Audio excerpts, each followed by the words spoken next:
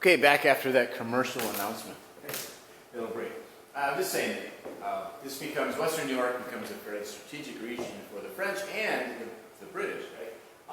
And the global war, the 7 Years' War, will break out not too far from here.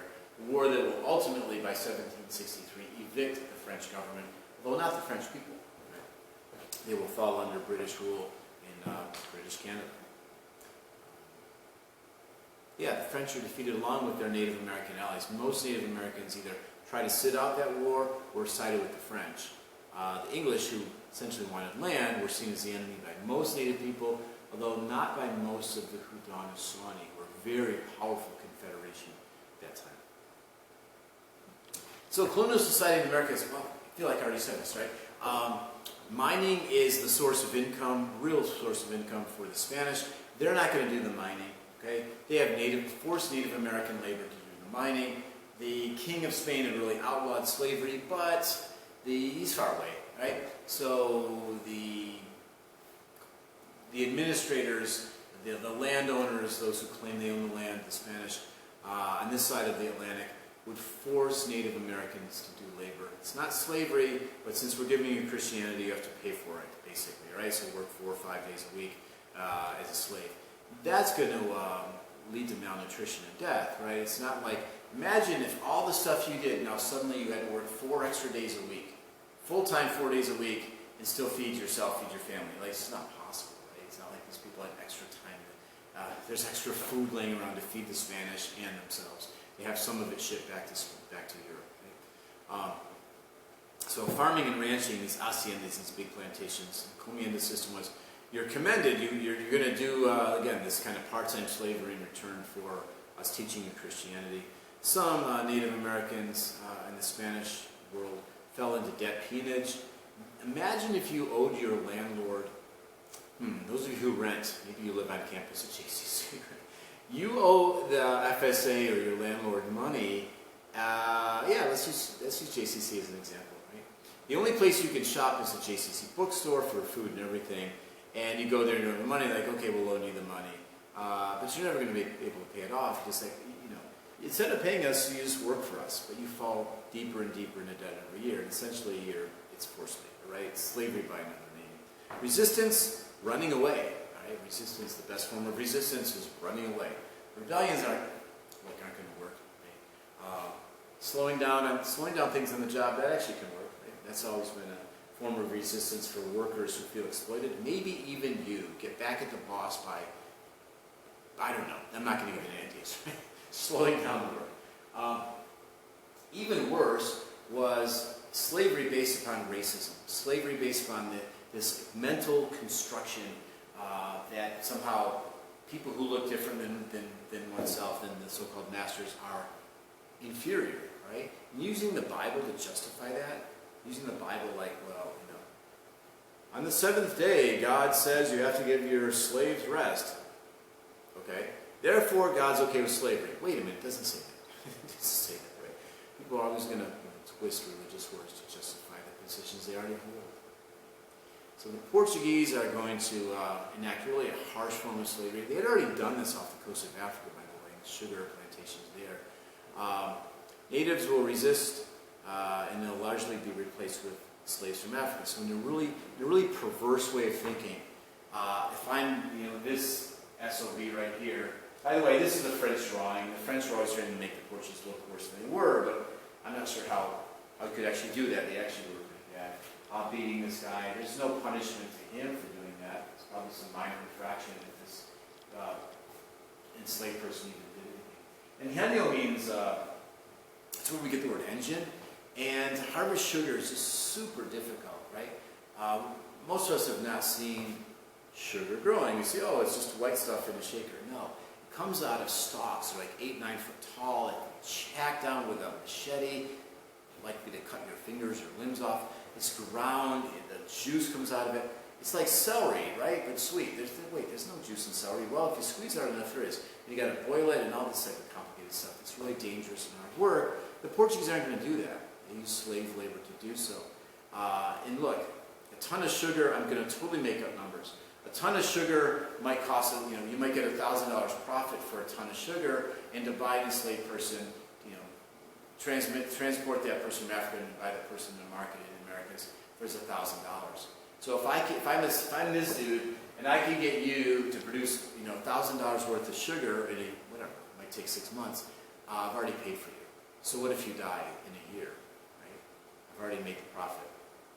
It's the sick mentality of early slavery. It's all slavery, right?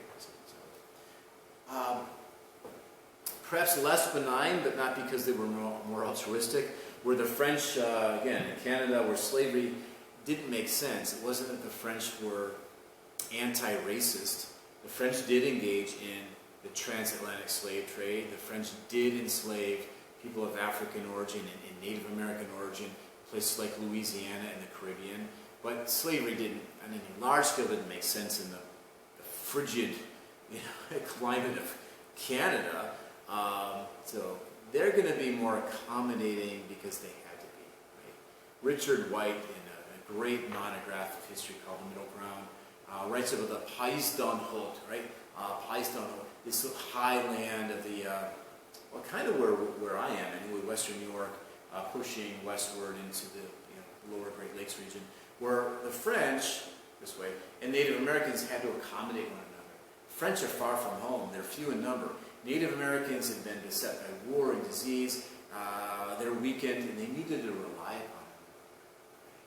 Not that they were best friends, I don't mean it that way, but there was some mutual accommodation and compromise that will be lacking once the French are defeated and the English come in and try to, in short, boss the natives around. And once the British are defeated, right, by 1781, the Americans just want to exterminate the Native Americans. So it gets worse and worse for the Native people of the Great Lakes region. Right? The French were probably, probably the best they could do with any newcomers, and the English second best in Americans, white Americans, which is awful, right? It's a war of genocide against Native people by white Americans in the very late 18th and early 19th centuries, sadly. The English, including the Americans, right? We say the English Americans, they're the same people, right? They want land. Tobacco is very exhaustive of the soil, so you need more and more and more land in the Chesapeake, Virginia and Maryland.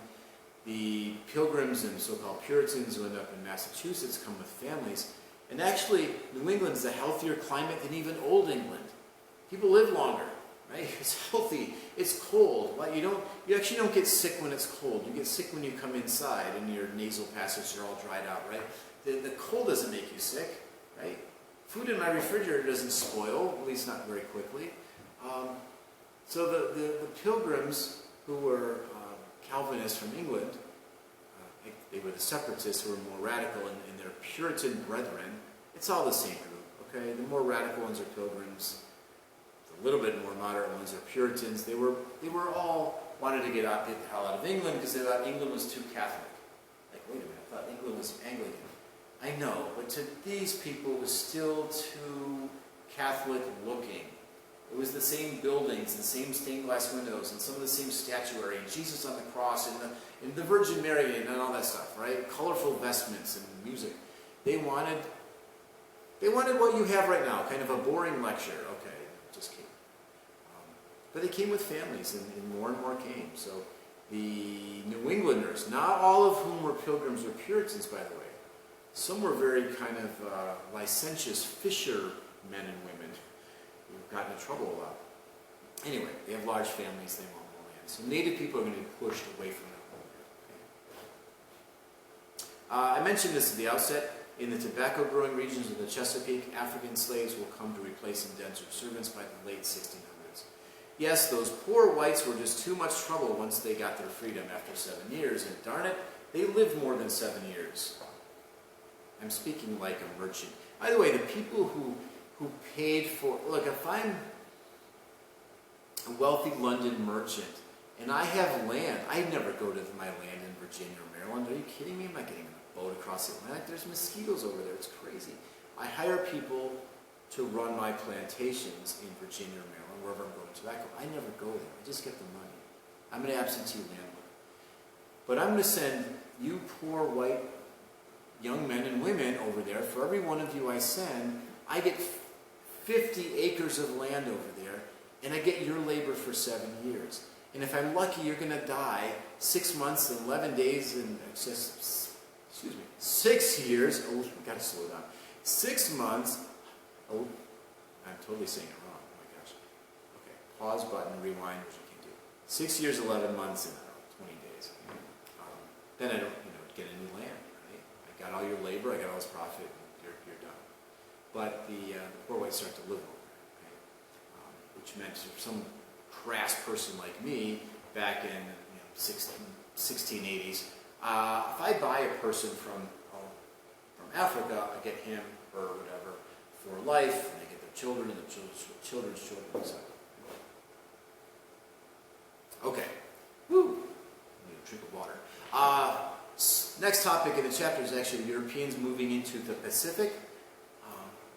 Well, in some ways that had already happened, right? With the voyages of Magellan's crew coming, through the Straits of Magellan, which is off the map, into the Philippines, where Magellan got killed. When was it? 1522, and then limping back. I guess one ship with 18 men, original men, makes it back out of 5 ships with 280.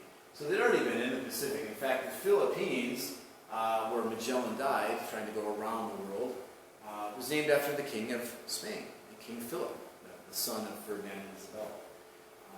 So now Spain is declining as a world power by the 1590s.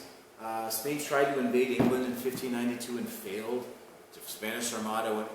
So England's on the rise. Spain, England, they're passing each other. Spain is declining. All that money coming out of the Americas.